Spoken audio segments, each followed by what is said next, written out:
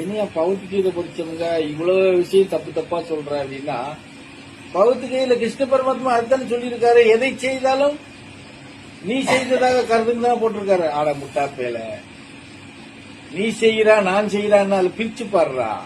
நான் நீங்கிறத பிரி,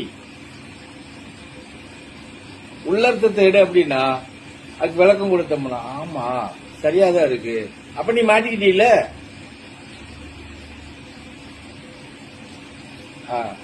மகாபாரத பௌத்திகத்தில் இப்படி இருக்கு அப்படின்னா, மகாபாரதத்துல அர்ஜுனனுக்கு இப்ப கீதை உபதேசம் கொடுக்கும்போது அவர் என்ன சொல்றாரு அப்படின்னு கேட்டா, நான் இருக்கிறேன் எல்லாம் பாத்துக்கிறேன் எல்லாம் நான் தான் சொல்றாரு. நாங்க ஒரே வாரத்துல முடிக்க கூடாது, பிரிச்சு சொல்லு அப்படின்னு. எதிரில நின்று சண்டை போடுறவனும் நானே, சாகிறவனும் நானே.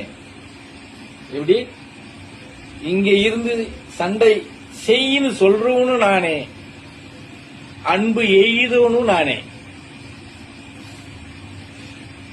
இப்படி பார்க்கணும். அத எல்லாம் அவன் தான் அப்படின்னு ஒரே வார்த்தையில சுருக்க கூடாது.